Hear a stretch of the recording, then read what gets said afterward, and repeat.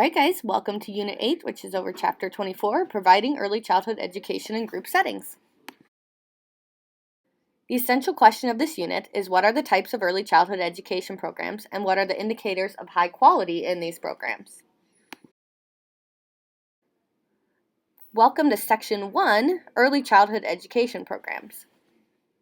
The objectives of this lesson is that you will be able to compare the 4 types of childcare programs, identify qualities unique to child development labs, explain the purposes of Head Start, describe characteristics of preschool programs, and explain how Montessori schools differ from most other early childhood education programs,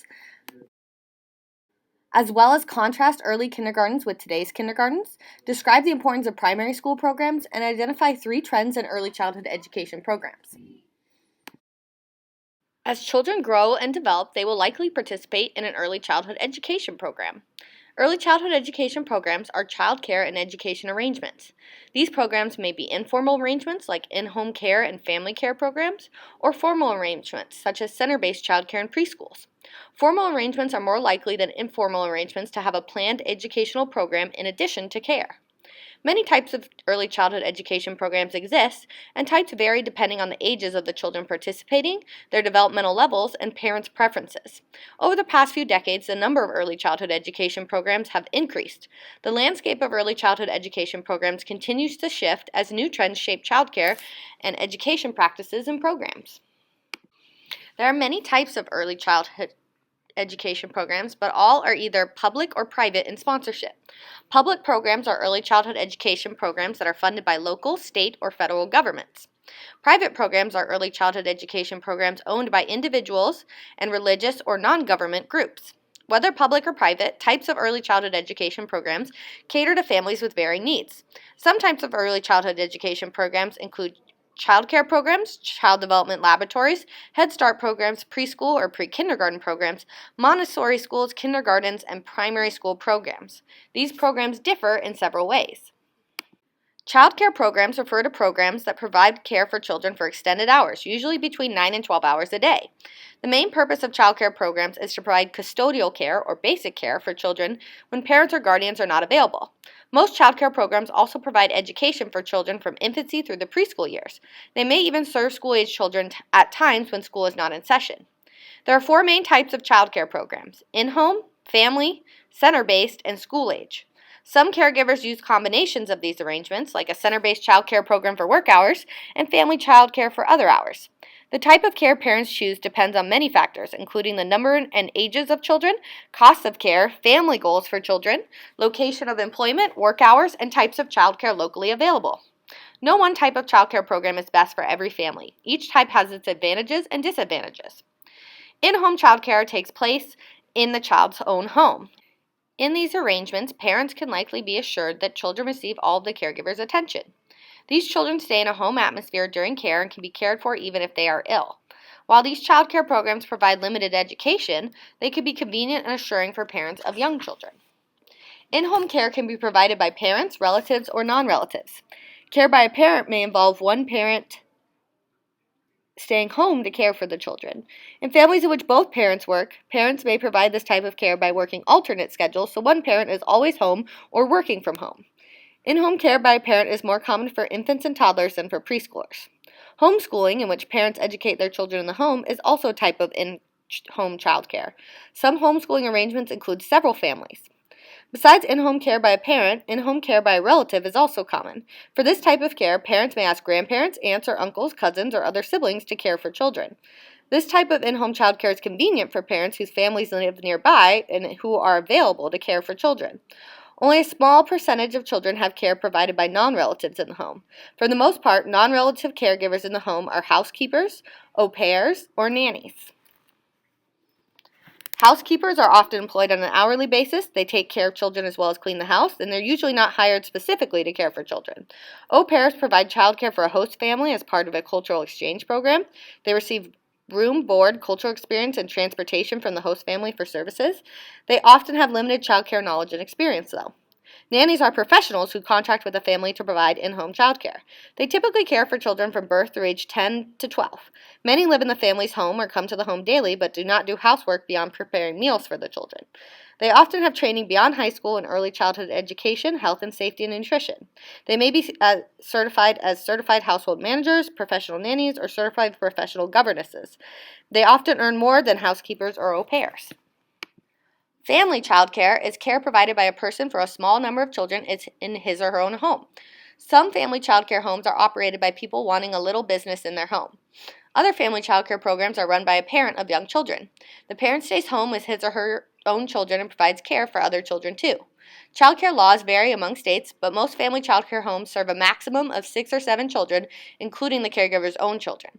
If any child is under 2, the maximum number of children is often 4 or 5. The type of children's activities in family child care varies greatly. Some child care homes are run much like child care centers. For example, they might offer a structured schedule, meals, snacks, and activities. Many family child care homes follow less rigid schedules than child care centers. Children in family child care may do home-like activities like helping the caregiver do housekeeping tasks, visiting with friends who come to the home, and even going on shopping trips as well as playing with toys. Many parents rely on family child care arrangements because they need more flexible hours than those provided by other child care programs. Other families need family child care because other child care programs may not be available in their communities. Furthermore, many parents want family child care because they see this arrangement as similar to the type of care they would provide if not employed, but other parents see the program more like that of a small child care center. Some other advantages of family child care for infants and toddlers is it's much less expensive than using center-based child care. Infants and toddlers need much individual attention, which may be available in a family child care home. Preschool children that are prone to aggression and tantrums, using center-based care will put them with social-emotional challenges at even a higher risk. Family child care will lower the risk. Children who are prone to mild illnesses, pediatricians often advise that they limit the children's contact with large groups of children, so family child care programs have less children, so that's better. Children who need part-time or flexible schedule care, centers try to maximize their profits by filling as many placements as they can with children who need full-time care. So some centers charge the same rate for part and full-time care, while many family child care providers will provide a reduced rate for part-time care. Most center-based child care programs are designed for young children, so they may not meet the needs of school-age children, so that's an advantage of family child care. And children who live in rural areas, lots of them don't have a selection in center-based child care, so they may need to attend family child care homes more often than centers. Family child care homes may be regulated or unregulated. Regulated are homes that have reported their business to the state and have a state license or certification or registration to operate. In this type of home, parents can be assured at least a minimum standard of quality. Due to many advantages of family child care, the military and some large corporations are seeking ways to increase the number of regulated family child care homes for their employees' children. Unregulated family child care homes are homes that do not report their business to the state. Therefore, they do not have a state license or certificate of registration to operate. If the state is unaware of a family child care home, it cannot regulate care provided there. Some of these unregulated homes have too many children or don't provide safe care. Caregivers in these homes may not have a criminal background check. Because parents can't be certain of the quality of the care provided, it's recommended that they only enroll their children in regulated family child care homes. Then we have center-based child care. It's a group child care provided by a center, not in a home. For the most part, center-based child care serves parents who are full-time employees, but other at-home parents may also enroll their children for the benefits of the program. Sometimes child care centers are called preschools because they serve preschool-age children. The term preschool program refers to another type of program. Child care centers differ in the number of children they serve. Many centers serve 20 or fewer children who are cared for in a building with 1 or 2 large rooms. Others enroll several hundred children who are grouped by age and placed in classrooms, with each group under the care of one teacher and an assistant teacher. Large centers are multi-room buildings that resemble a school. State licensing laws set the standards for all aspects of center-based child care programs, like staff qualifications, number of children per teacher, building and outside requirements, food services, and basic program activities. Program activities can vary a great deal, but most programs have basic play areas, such as book, block building, dramatic play, arts, science, and computer centers for play. Most groups have activities too, such as story time, group games, music, and field trips. Due to the number of children and the emphasis on socialization, caregivers emphasize cooperative play and social living. There are many advantages to center-based childcare. Large centers are often open long hours, which meets the needs of many working parents. They all have programs for preschool children, and some have programs for infants and toddlers too. Therefore, children can stay in the same center for several years, and siblings can be at the same center too. Center-based childcare programs must be licensed, ensuring the basic minimum quality of care. Many parents like the activities and equipment provided for children in these programs. Some programs also provide helpful special services like transportation for children and special classes such as dance. There are two basic types of center-based program ownership and sponsorship. It includes for-profit programs and not-for-profit. For-profit programs is most of center-based childcare programs, which means they are set up to make money and run as businesses. They are owned by either individuals or corporations. Other for-profit center-based programs are national chains or franchises. National chains are a group of businesses owned by one company, and franchises are a group of businesses originally owned by a corporation but sold to different owners. These owners use the same name, building, design, and equipment and provide the same services.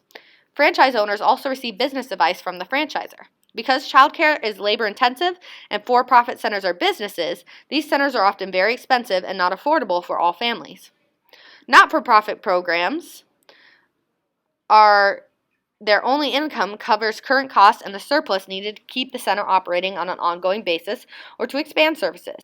Most not-for-profit programs are sponsored and partially funded by religious or service groups, businesses, hospitals, branches of the armed services, or colleges. Not-for-profit programs sponsored by businesses for their employees' children are called work-related childcare programs and are an employee benefit. A few not-for-profit programs are cooperatives funded by families of enrolled children. In co-ops, parents offer their time and services to keep costs low. Because fee income is not generated for making a profit, and sponsors partially pay for the programs, not-for-profit programs are less expensive for parents than for-profit ones. School-age childcare programs, also known as before and after-school programs or out-of-school programs, provide childcare for children between 5 and 14. These programs provide care when school is not in session, including before and after school or on school holidays or vacations and during the summer. The majority of households with school-age children have working parents, and a typical school day is shorter than the standard workday. Many families prefer to find part-time care for these times rather than leave their children in self-care. Because part-time care can be difficult to find, quality SAC programs are needed and important to communities. SAC programs have many advantages. These programs ensure the safety and health of children who might otherwise be in self-care. Programs often have a wide variety of activities from which children may choose. In some SAC programs called Club, parents choose from a menu of activities for their children. Most of these programs provide care, which includes protection, shelter, food, and guidance, recreation in the form of supervised play or specific skill development activities like dance, ball games, or swimming, diversion like crafts, drama, and field trips, and education like help with homework or lessons in music and dance. The majority of SAC programs are affiliated with schools or agencies that serve youth. In schools, they are often operated by non-school sponsors like the YMCA. Other groups that operate SAC programs include religious groups, park and recreation facilities, housing authorities, military bases, family childcare homes, childcare centers, and companies.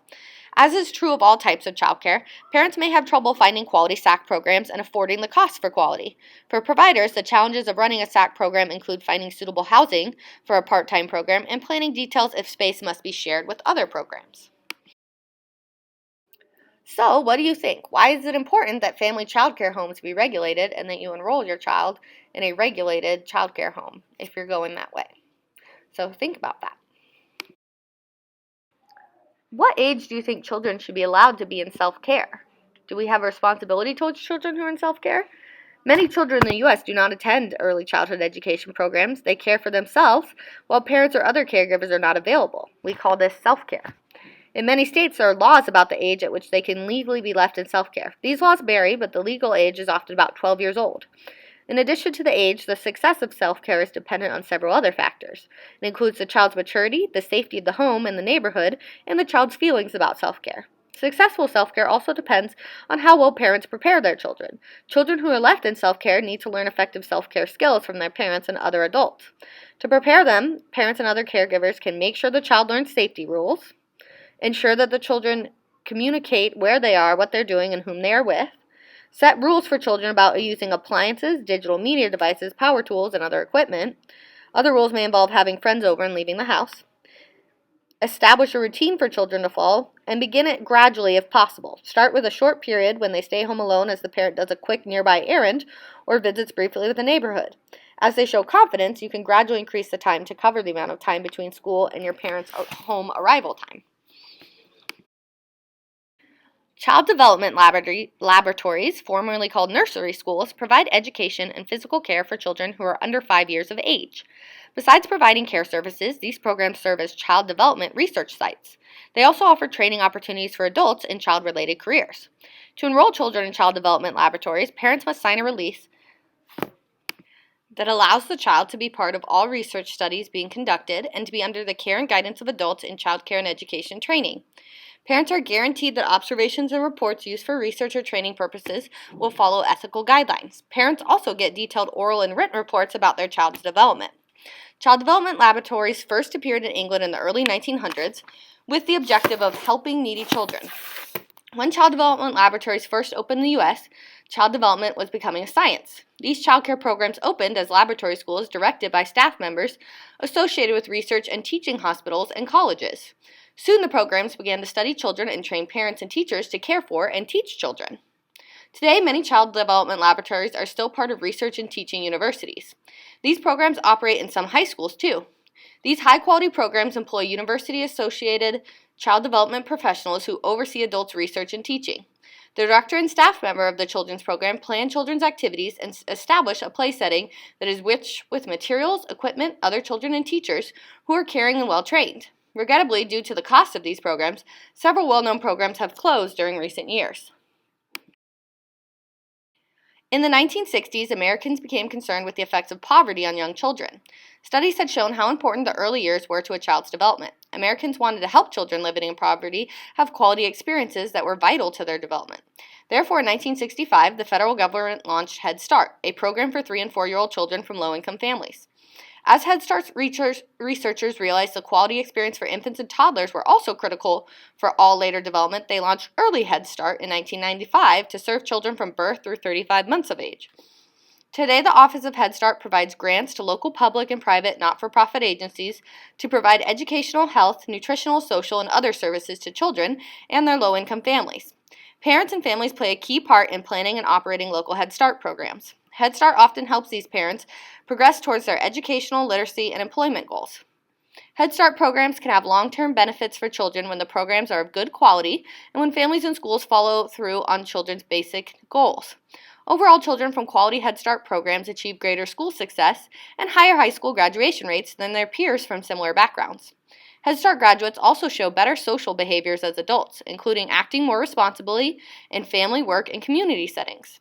Experience with Head Start has helped researchers learn about how to meet the needs of children from low-income families.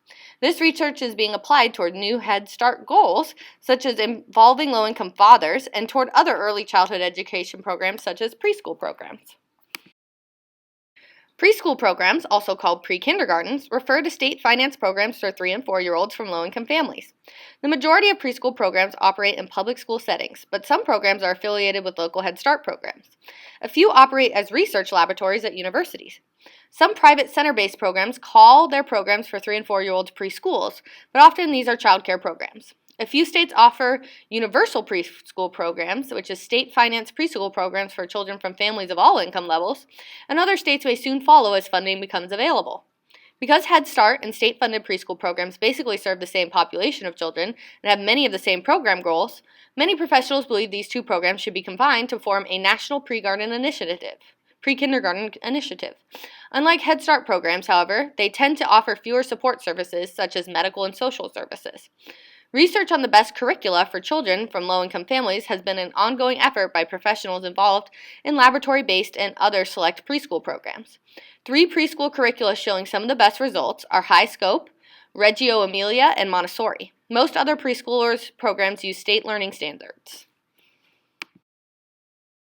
Another type of early childhood education program is a Montessori school. These schools are based on the educational theory and practice of Maria Montessori, an Italian medical doctor. She began her work as an educator serving children with disabilities and later children from impoverished homes. Montessori's method came to the United States in the 1950s. Today's Montessori early childhood classrooms include children beginning at 30 to 36 months of age through the preschool years.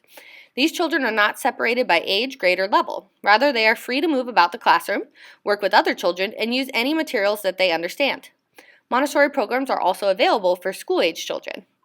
The primary principle of Montessori schools is that young children should learn independently through the use of highly specialized materials rather than through direct input from teachers. These materials, which are self-correcting materials such as puzzles that work only one way, aid children's independent work. Teachers trained in Montessori methods, called directors or directresses, guide children's use of the materials, but they do not use direct teaching.